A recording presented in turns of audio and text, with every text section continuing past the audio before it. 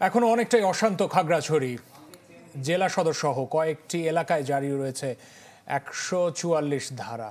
এর মধ্যেই গুইমারায় সংঘর্ষে নিহত হয়েছেন ৩ পাহাড়ি, আহত হয়েছেন এক মেজর সহ সেনা পুলিশের ১৬ সদস্য। আগুন দেওয়া হয়েছে বাড়িঘরে। সংকট নিরসনে সব পক্ষকে নিয়ে ডাকা বৈঠকে পার্বত্য উপদেষ্টা বলেন, সাম্প্রতিক ঘটনার পেছনে কোনো পক্ষের ইন্ধন থাকতে পারে। আর হতাহতের ঘটনায় দুঃখ প্রকাশ করেছে স্বরাষ্ট্র মন্ত্রণালয়। নুরুস্তাফা মানিককে সাথে নিয়ে জানাচ্ছেন রনি দত্ত, ছবি তুলেছেন সেলিমুল্লাহ।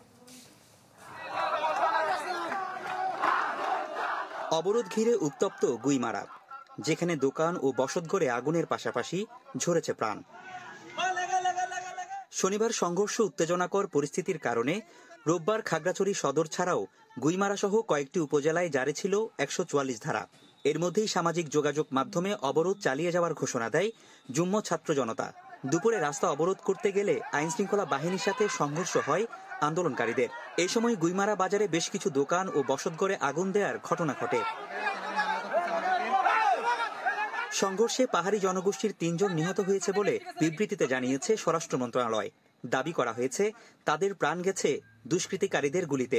এছাড়া একজন মেজর সহ ১৩ সেনা এবং ওসি সহ ৩ পুলিশ আহত হয়েছে বলেও জানায় মন্ত্রণালয়। গতকালকে থেকে সদর খাগড়াছড়ি পৌরসভা এলাকায় পাশাপাশি গুইমারা উপজেলাতে 144 বলবৎ আছে।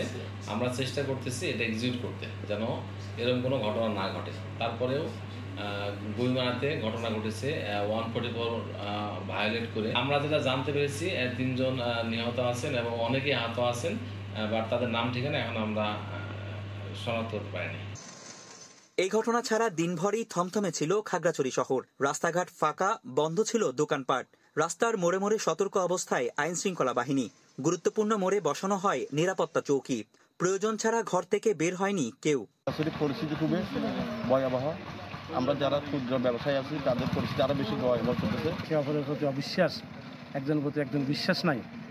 আমি কামনা করব অচিরেই আমাদের প্রশাসনের সহযোগিতায়, প্রশাসনের সুনির্দিষ্ট পদক্ষেপে আমাদের সেই ঐতিহ্য ধরে রাখতে পারি।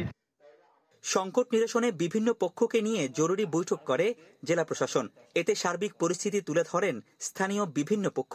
তারা অভিযোগ করেন গুজব ছড়িয়ে সংঘাত বাঁধানোর, তাই সবাইকে শান্ত থাকার আহ্বান জানান তারা। এই ঘটনাটিকে নিয়ে বিভিন্ন মহলে, যেমন বিশেষ করে ফেসবুকে যেভাবে সাম্প্রদায়িক সম্প্রীতি বিনষ্ট করার জন্য উস্কে দেওয়া হচ্ছে, সেটা অনাকাঙ্ক্ষিত।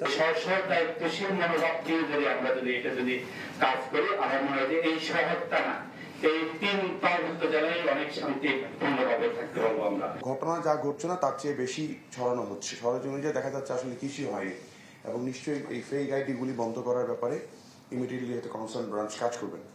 পার্বত্য চট্টগ্রাম বিষয়ক উপদেষ্টাও মনে করেন ঘটনার পেছনে কোনো পক্ষের ইন্ধন আছে, তাই পরিস্থিতি নিয়ন্ত্রণে শক্ত পদক্ষেপ নেয়ার নির্দেশ দেন তিনি।